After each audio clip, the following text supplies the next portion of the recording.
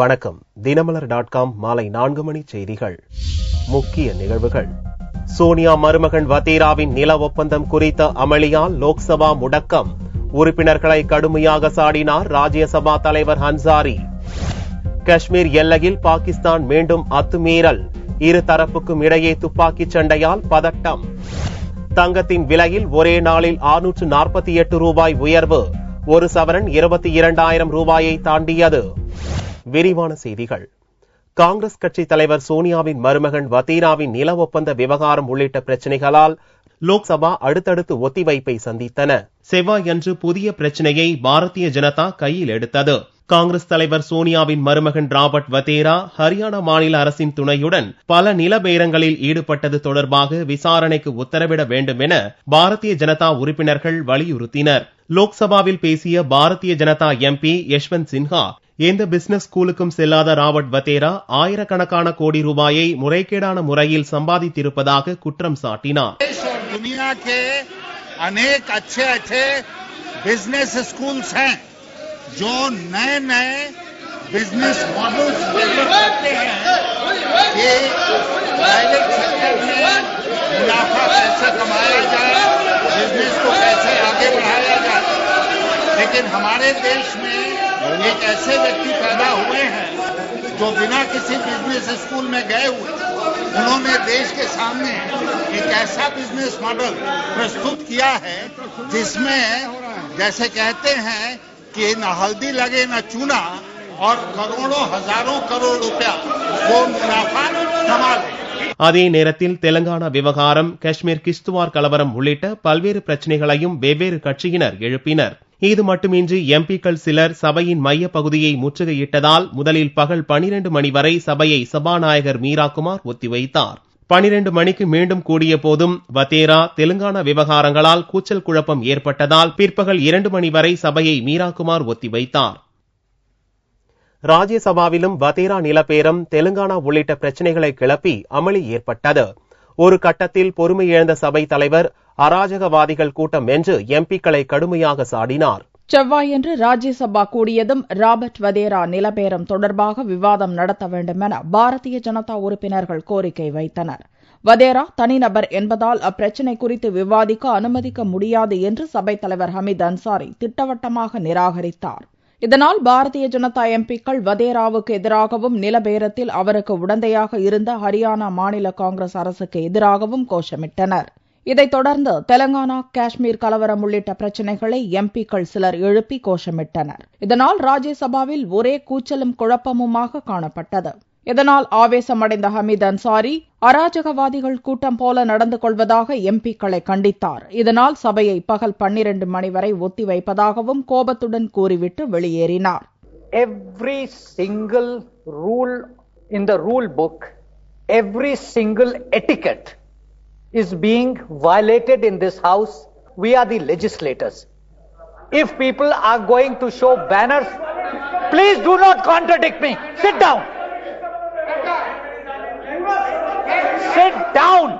If the honorable members wish this house to become a federation of anarchists, then it is a different matter. Because there is no order. This is not the way to raise things. The house is adjourned till 12:00 hours. பகல் 12 மணிக்கு சபை துணைத் தலைவர் PJ Kurien தலைமையில் மீண்டும் ராஜ்யசபா கூடியது. அப்போது எம்பிக்களை அராஜகவாதிகள் என்று சபைத் தலைவர் அன்சாரி கூறியதை திரும்பப் பெற வேண்டும் என்று எதிர்க்கட்சித் தலைவர் அருண்ஜேட்லி வலியுறுத்தினார். வதேரா நில விவகாரம் குறித்து விவாதம் நடத்த கோரி தொடர்ந்து எம்பிக்கள் அமளியில் ஈடுபட்டனர். இதனால் பகல் 12:30 மணி வரை மீண்டும் சபை ஒத்திவைக்கப்பட்டது. 12:30 மணிக்கு சபை மீண்டும் கூடிய போதும் பாரதிய ஜனதா உறுப்பினர்கள் வதேரா விவகாரத்தை எழுப்பி கோஷமிட்டதால் ராஜ்யசபா அடுத்தடுத்து ஒத்திவைப்புகளை சந்திக்க நேர்ந்தது. காஷ்மீர் எல்லையில் செவ்வாயன்றும் பாகிஸ்தானிய ராணுவத்தினர் அத்துமீறி துப்பாக்கிச் சூட்டில் ஈடுபட்டனர். இதனால் இரு தரப்புக்கும் இடையில் துப்பாக்கிச் சண்டை நடந்தது. ஜம்மு காஷ்மீரின் பூஞ்ச் மாவட்டத்தில் கடந்த 6ஆம் தேதி அதிகாலை பாகிஸ்தானிய ராணுவத்தினர் நடத்திய துப்பாக்கிச் சூட்டில் 5 இந்திய ராணுவ வீரர்கள் கொல்லப்பட்டனர். இதையடுத்து பாகிஸ்தானுக்கு இந்தியா கடும் எச்சரிக்கை விடுத்த போதும் பாகிஸ்தானிய ராணுவத்தினர் காஷ்மீர் எல்லையில் தொடர்ந்து அத்துமீறி இந்திய முகாம்கள் மீது தாக்குதல் நடத்திய வண்ணம் உள்ளனர்.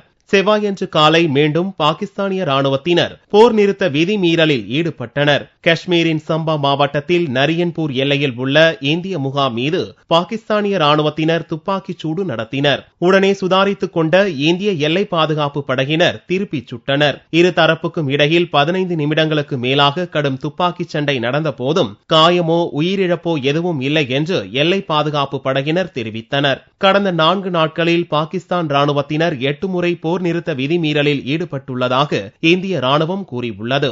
சனியன்று 2 முறையும் ஞாயிறன்று 3 முறையும் திங்களன்று 2 முறையும் பாகிஸ்தானிய ராணுவத்தினர் போர் ஒப்பந்த விதியை மீறி துப்பாக்கிச் சூட்டில் ஈடுபட்டுள்ளனர்.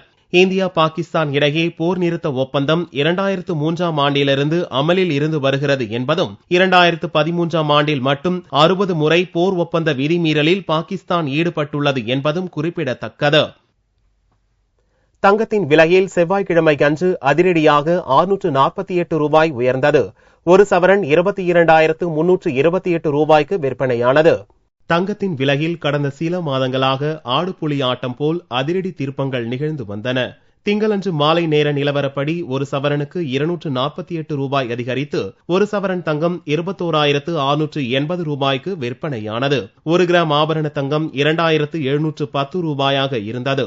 வெள்ளியின் விலை 1 கிராம் 47 ரூபாய் 50 காசுகளாகவும் பார் வெள்ளியின் விலை 44,390 ரூபாயாகவும் இருந்தது. இந்நிலையில் செவ்வாய்க்கிழமை அன்று அதிரடி மாற்றம் ஏற்பட்டது. செவ்வாய் அன்று காலை ஒரே நாளில் ஒரு சவரனுக்கு 648 ரூபாய் உயர்ந்தது. ஒரு சவரன் தங்கம் 22,328 ரூபாய்க்கு விற்பனையானது. 1 கிராம் ஆபரண தங்கம் 2,791 ரூபாயாக இருந்தது. வெள்ளி 1 கிராமுக்கு 1 ரூபாய் 60 காசுகள் உயர்ந்து 49 ரூபாய் 10 காசுகளுக்கு விற்பனையானது. பார் வெள்ளியின் விலை 45,850 ரூபாயாக இருந்தது. கடந்த சில வாரங்களுக்கு முன்னர் படிப்படியாக குறைந்து 19,000 வரை சென்ற தங்கத்தின் விலை தற்போது 22,000 தாண்டிவிட்டது. அடுத்த சில நாட்களில் 23,000 தொட்டுவிடும் என்று கருதப்படுகிறது. திருவண்ணாமலை அருகே விவசாய விளைநிலங்களுக்குள் புகுந்த காட்டு யானைகளை வனத்துறையினர் பொதுமக்கள் உதவியுடன் விரட்டி வருகின்றனர்.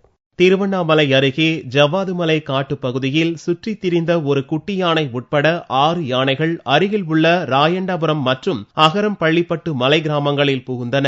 அங்கிருந்த விவசாய நிலங்களுக்குள் சென்ற யானை கூட்டம் கரும்பு, நெல் போன்ற விவசாய பயிர்களை மிதித்து நாசம் செய்தன.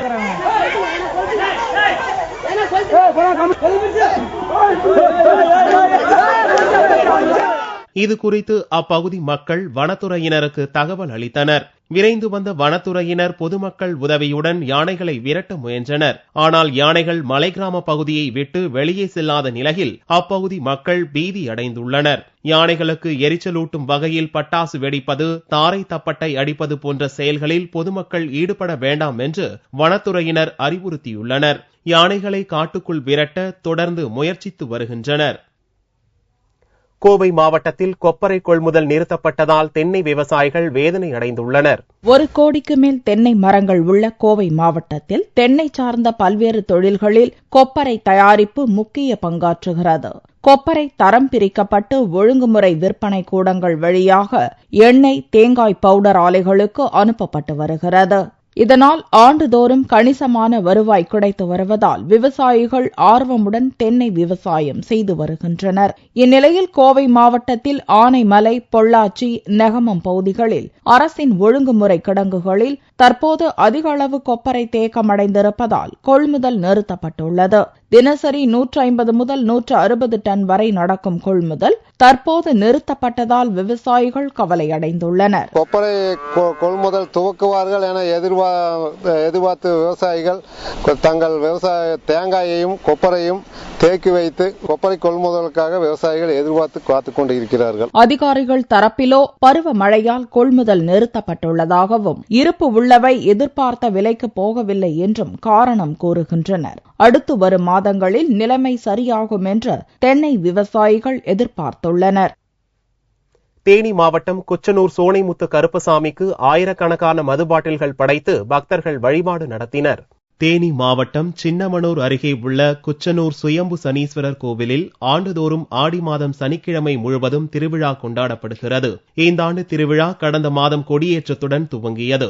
இக்கோவிலில் காவல் தெய்வமாக வீற்றிருக்கும் சோனைமுத்து கருப்பசாமிக்கு பக்தர்கள் பொங்கல் வைத்து கிடா வெட்டி வழிபாடு செய்வதுடன் மது பாட்டில்களையும் படைத்து வழிபடுகின்றனர். திங்கள்கிழமை அன்று கருப்பசாமிக்கு சிறப்பு அலங்காரம் செய்யப்பட்டு பூஜைகள் நடந்தன. பின்னர் குழந்தைகள், பெண்கள் என பக்தர்கள் அனைவரும் மது பாட்டில்களை வாங்கி வந்து கருப்பசாமிக்கு படைத்து தங்களது நேர்த்தி கடனை செலுத்தினர். சுவாமி முன்பு படைக்கப்பட்ட ஆயிரக்கணக்கான மது பாட்டில்களிலிருந்து அங்கிருக்கும் கலயத்தில் மது ஊற்றப்படுகிறது. இவ்வாறு கலயத்தில் ஊற்றப்படும் மதுவில் மனம் வருவதில்லை என்று பக்தர்கள் தெரிவித்தனர். அந்த கோயில் சாமி கீழே ஒரு கலயம் இருக்குங்க, அதில் ஊற்றுவாங்க. சாதாரண பார்த்தீங்கன்னா அந்த கலயத்தில் ஒரு செம்பு தண்ணி ஊற்றுனீங்கன்னா நிரம்பி வழியுங்க. இன்னைக்கு என்ன விசேஷம்னா, இந்த மது கிட்டத்தட்ட லட்சக்கணக்கான பாட்டில் ஊத்துறப்ப அது இருக்க இடம் தெரியாது, போற இடமும் தெரியாதுங்க. அதான் அந்த கோயிலோட விசேஷம். ரெண்டாவது இன்னொன்று பெரிய விஷயம் என்னன்னா, மது பாட்டில் திறந்தீங்கன்னா வாடை வரும். அந்த கோயில் சின்ன கோயில் தான் இருந்தாலும் கூட அதில் ஊத்துறப்ப அவ்வளோ பாட்டில் ஊற்றுவாங்க. 1 hour 1.5 hourல ஊற்றி முடிச்சிருவாங்க. ஒரு துளி கூட ஒரு ஸ்மெல்ல வெளியே வர்றதுக்கு வாய்ப்பு இல்லை. நாங்களும் அதை இருந்து கூட அனுபவிச்சு பார்த்துருக்கோம். மதுபானம் என்றாலே பெண்கள், குழந்தைகள் மத்தியில் வெறுப்பை ஏற்படுத்தும் நிலையில் சோனைமுத்து கருப்பசாமிக்கு மதுபானம் படைத்து வழிபாடு நடத்துவதால் தங்களது வேண்டுதல் நிறைவேறுவதாக பெண்கள் நம்பிக்கை தெரிவித்தனர். ராமநாதபுரத்தில் உள்ள கலங்கரை விளக்கம் இடியும் அபாயத்தில் இருப்பதால் மீனவர்கள் அச்சம் அடைந்துள்ளனர். ராமநாதபுரம் மாவட்டம் காரங்காடு பகுதியிலிருந்து 500க்கும் மேற்பட்ட படகுகளில் மீனவர்கள் கடலுக்குள் மீன்பிடிக்க செல்கின்றனர். இந்த மீனவர்களின் நலன் கருதி கடந்த 25 ஆண்டுகளுக்கு முன்பு கடற்கரை அருகே கலங்கரை விளக்கம் ஒன்று கட்டப்பட்டது. இந்த கலங்கரை விளக்கத்தின் உதவியோடு மீனவர்கள் கடலில் இருந்து கரைக்கு திரும்பி வந்தனர். ஆனால் தற்போது கலங்கரை விளக்க கட்டடம் இடிந்து விழும் அபாயத்தில் உள்ளது. மீனவர்களின் உடைமைக்கும் உயிருக்கும் ஆபத்தை ஏற்படுத்தும் வகையில் உள்ள இந்த கலங்கரை விளக்கத்தை அகற்றி புதிய கட்டடத்தை கட்ட அப்பகுதி மீனவர்கள் கோரிக்கை விடுத்துள்ளனர்.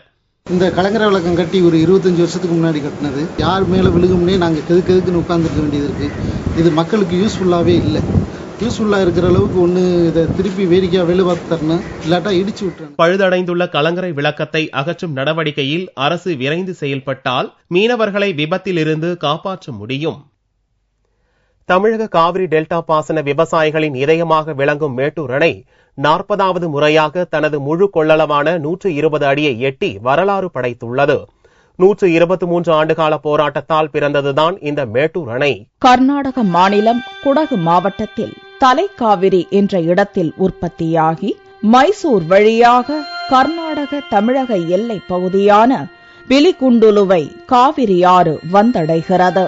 தர்மபுரி மாவட்டம் ஹொகேனக்கல்லில் வீரமங்கையாக ஆர்ப்பரித்து பொங்கி வழியும் நீர்வீழ்ச்சியாக கொட்டுகிறாள் காவிரி. பின்னர் சேலம் மாவட்டத்திற்குள் புகும் காவிரி ஒரு இளம் மங்கையின் நாணத்தோடு அமைதியாக இரு மலைகளுக்கிடையே தவழ்ந்தோடி மேட்டூரை வந்தடைகிறாள்.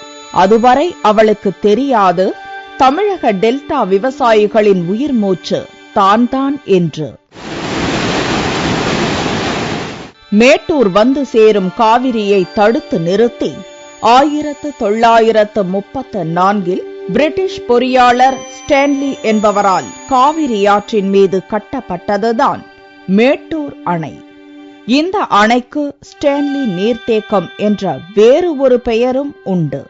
1700 மீட்டர் நீளமும் 120 அடி உயரமும் கொண்ட இந்த அணையில் 93.4 TMC தண்ணீரை தேக்கி வைக்கலாம். ஆசியாவிலேயே மிக உயரமானதும் உலகிலேயே மிகப்பெரிய ஏரியுமாக விளங்கிய மேட்டூர் அணை கட்ட எளிதில் ஒப்புதல் கிடைக்கவில்லை. போராடித்தான் வாங்க முடிந்தது. முதலில் 1801 பிரிட்டிஷ் கிழக்கிந்திய சபை மேட்டூரில் அணை கட்ட முயன்ற போது அப்போதைய மைசூர் சமஸ்தானம் ஆட்சேபனை தெரிவித்தது. 1835 முயற்சித்த போதும் மைசூர் சமஸ்தானத்தின் எதிர்ப்பால் கைவிடப்பட்டது. தொடர்ந்து 1923 திருவாங்கூர் திவான் பகதூர் சர் PC ராமசாமியிடம் ஒருங்கிணைந்த தஞ்சை மாவட்ட விவசாயிகள் கேட்டுக்கொண்டதின் பேரில் அவர் மைசூர் சமஸ்தானத்தை அணுகிய போதும் ஒப்புதல் கிடைக்கவில்லை. கிட்டத்தட்ட 123 ஆண்டு கால முயற்சி தோல்வியடைந்ததால் விவசாயிகள் கொதித்து போயினர். அதிரடி முடிவெடுத்த ஒருங்கிணைந்த தஞ்சை மாவட்ட விவசாயிகள் ஒன்று சேர்ந்து புயல் மற்றும் வெள்ள சேதத்தினால் ஏற்படும் இழப்புகளுக்கு மைசூர் சமஸ்தானம் ஆண்டுதோறும் 30 லட்சம் ரூபாய் நஷ்ட ஈடு வழங்க வேண்டும் என்று தஞ்சை மாவட்ட கலெக்டர் மூலம் நோட்டீஸ் அனுப்பினர். அதன் பிறகே மேட்டூரில் அணை கட்டுவதற்கு ஒப்புதல் அளித்து கையொப்பம் இட்டார் மைசூர் சமஸ்தானத்தின் விஸ்வேஸ்வரையா. பல முயற்சிகளுக்கு பிறகு 1924 ஆரம்பிக்கப்பட்ட மேட்டூர் அணையின் கட்டுமான பணி 9 ஆண்டுகளுக்கு பிறகு 1934 கட்டி முடிக்கப்பட்டது. இந்த அளவுக்கு வரலாற்று சிறப்புமிக்க மேட்டூர் அணை கட்டி முடிக்கப்பட்டு இதுவரை 40 முறை அதன் முழு கொள்ளளவான 120 அடியை எட்டியுள்ளது. மேட்டூர் அணை நிரம்பினால்தான் சேலம், நாமக்கல், ஈரோடு, கரூர், திருச்சி, தஞ்சை, புதுக்கோட்டை, திருவாரூர், நாகை மற்றும் கடலூர் மாவட்ட விவசாயிகள் முப்போக சாகுபடியை மேற்கொள்ள முடியும். வீராணம் ஏரியிலிருந்து கொண்டு வரப்படும் நீரால் சென்னை மக்களின் குடிநீர் தாகத்தையும் தீர்க்க முடியும். உடலின் பல்வேறு பகுதிகளுக்கு இரத்தத்தை செலுத்தும் இதயத்தை போன்று காவிரியிலிருந்து வரும் தண்ணீரை தேக்கி வைத்து தமிழக டெல்டா மாவட்ட விவசாயிகளுக்கும் சென்னை மக்களின் குடிநீருக்கும் அனுப்பி வைக்கும் இதயமாக செயல்படுகிறது மேட்டூர் அணை. அதன் பணி தொடர வாழ்த்துவோம், வரவேற்போம். மீண்டும் செய்திகள் இந்திய நேரப்படி இரவு 8 மணிக்கு. வணக்கம்.